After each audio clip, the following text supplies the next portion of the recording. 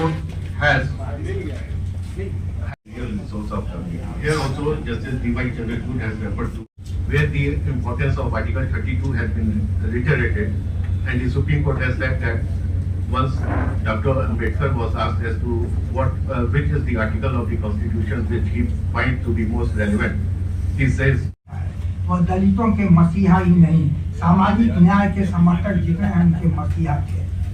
Draft committee के वो chairman थे, वो एक अत्यंत ही दूरदर्शी, उनके विचार आज भी हमारे सामाजिक, राजनीतिक और कानूनी बातों में गूंजते हैं। डॉक्टर अम्बेडकर ने भारत के लिए एक ऐसा दृष्टिकोण रखा जो न्याय, स्वतंत्रता, समानता और बंधुता के मूल सिद्धांतों पर आधारित था। उनका मानना था किसी राष्ट्र की ताकत उसके कमजोर वर्गों के सशक्तिकरण पर निहित होती है। उसके लिए संविधान केवल कानूनी दस्तावेज नहीं है, बल्कि एक ऐसा साधन है जो हर व्यक्ति के गरिमा और अधिकार को सुनिश्चित करे। गहरे विभाजन वाले समाज में एक वंचित वर्ग के बालक से लेकर मजबूत आवाज तक बनने का उनका सफर दृढ़ता और आत्मविश्वास का प्रतीक है। भारतीय संविधान के निर्माण में उनका योगदान अद्वितीय है। उनके विशाल आधुनिक समय में हमारी राह को भी प्रकाशित करते हैं। डॉक्टर अम्बेडकर ने सुनिश्चित किया कि भारतीय संविधान में व्यापक मौलिक अधिकार शामिल हो जो धर्म, जाति, लिंग, वर्ण और जन्म स्थान के आधार पर भेदभाव को सुरक्षा प्रदान करे। इन अधिकारियों ने सदियों से चली आ रही असमानता को समाप्त करने की दिशा में एक निर्णायक कदम उठाया। उन्हें राज्य के नीति डायरेक्टिव प्रिंसिपल पर भी बल दिया।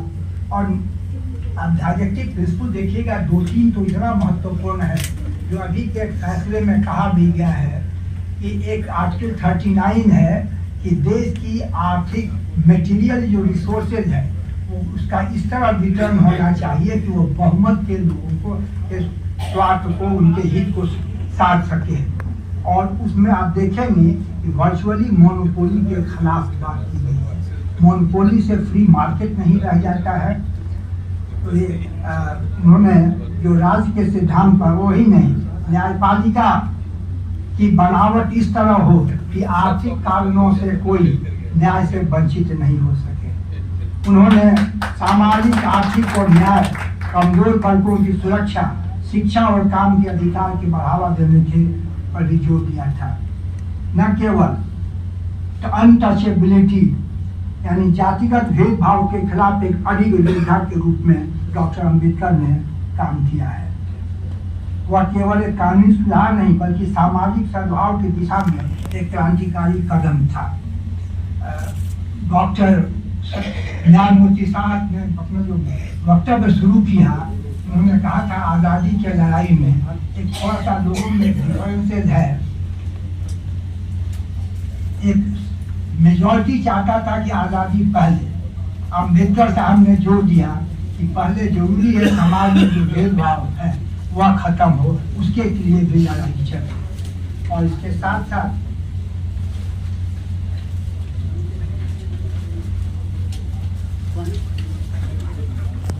धर्मनिरपेक्षता, डॉक्टर अम्बेडकर धर्मनिरपेक्षता के कट्टर समर्थक थे।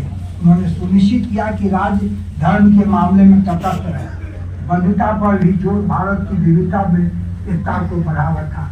उनके शब्दों में बंधुता के बिना समानता और स्वतंत्रता केवल प्रतीक तरह से अधिक नहीं है। आरक्षण के संबंध में उन्होंने कहा था आधुनिक समाज में भी, और उस समय उन्होंने धर्मनिरपेक्षता वेस्टर्न वर्ल्ड से कुछ लोगों ने कहा कि कुछ डिफरेंस है।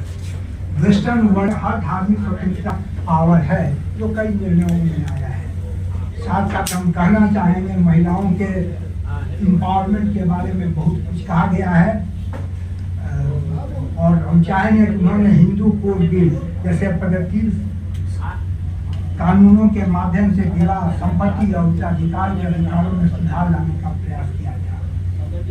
वही नहीं, अभी जो रिलेवेंट है, हम चाहेंगे 2-3 बार कुछ विवाद हो सकता है, लेकिन हम चाहेंगे उनके कुछ कोटेशन को रेफर करना। उन्होंने कहा था 3 चीज। एक तो the roots of democracy lie not in form of government, parliamentary or otherwise. The democracy is more than a form of government. is primarily a mode of associated living. The roots of democracy are to be served in the social relationship in terms of associated life between people who form a society. And not only that, about the majorityism democracy में जो कहा जाता है कि majority जो चाहता है उस पर मेरा एक है. It is true that in our legislation there is a rule that all decisions have been decided by majority. But I will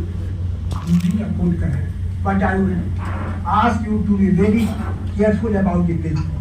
It is one of the most dangerous principles that we have got. The majority rule has been admitted merely for reason of convenience. But for God's sake, do not write the principle too much.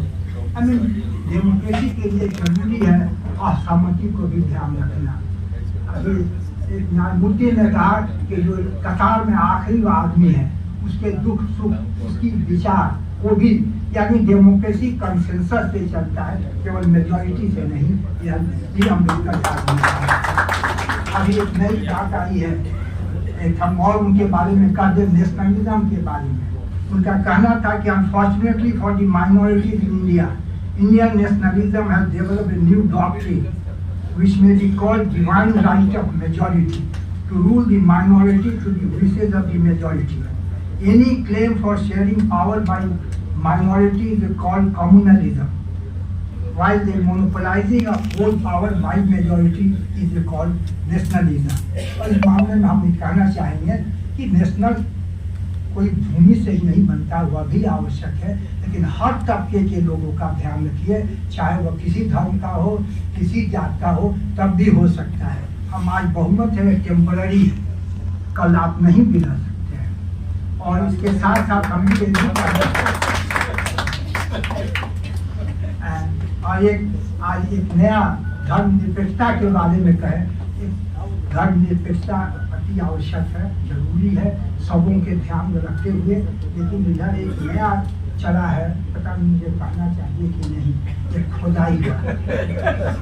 हम चाहते हैं, आज supreme court के retired जज ने भी कहा है कि आज खोदाई कहाँ तक कीजिएगा. आज किसी मॉस्क को, मस्जिद को करते हैं, उसके पीछे कहिएगा कि हिंदू मंदिर है, उसके गहराई में जाइएगा तो शायद बौद्ध मंदिर मिले, उसके नीचे जाइएगा तो शायद आर्य लोगों का मिले, और सबसे गहराई में कहीं आदिवासियों का कुछ नहीं मिले. तो अभी स्ट्रिक्टली अगर हिंदुस्तान में कम्युनल हारमोनियस चाहिए तो उसके लिए जो 1971 का 1991 का कानून है कि जो स्थिति है उसको बने रहने दिया जाए. हम समझते हैं कि अम्बेडकर साहब के धर्मनिरपेक्षता के अंदर ये शायद उनका मैसेज है और हमें मानना ही चाहिए. अब मैं कॉन्स्टिट्यूशनल मॉरलिटी पर भी कहा गया. कॉन्स्टिट्यूशनल मॉरलिटी न्याय जरूरी है. संविधान सोने का गोल्डन है, इसको यूज करने वाले, इम्प्लीमेंट करने वाले, व्यवहार करने वाले अच्छे लोग नहीं हुए तो कॉन्स्टिट्यूशन का कोई अर्थ नहीं. हाँ, चाहे आधी का जमाना हो चाहे कभी. और अंत में मैं और इससे नहीं रहते, मैं माननीय पहले तो इस मंच के संयोजकों को आज बैठक सिंपोजियम ऑर्गेनाइज किया है, उन्हें बहुत बहुत धन्यवाद देना चाहूँगा. अध्यक्ष को, सराजन साहब को, और साथ साथ सबसे खुशी की बात है कि हमारी 3 न्यायमूर्ति आग्रह करने पर वे तैयार हो गए. और कारण भी बहुत साफ है कि अम्बेडकर साहब आज हिंदुस्तान के एक मान्य नेता है. हमको लगता है कि शायद ग्लोबली भी एक मॉडल सोशल जस्टिस के गरीब तबके के लिए सबसे बड़े शायद आजकल मार्टिन लूथर उसे गिना दिया है. तो मैं फिर चाहूँगा, और आप 4 आवर्स के बाद वह भी फ्राइडे सभी बेचैन रहते हैं घर जाने के लिए. इसके बावजूद भी आप 1.5 घंटा दीजिए. आप सभी लोगों को, हमारे जो वरिष्ठ साथी हैं, यंग लोग हैं, कुछ महिलाओं की शिकायत थी कि महिलाओं के लिए स्पेशल प्रोविजन नहीं किया जाता. तो हम कहना चाहेंगे कि भाई यहाँ पर जेंडर डिस्क्रिमिनेशन मत कीजिए.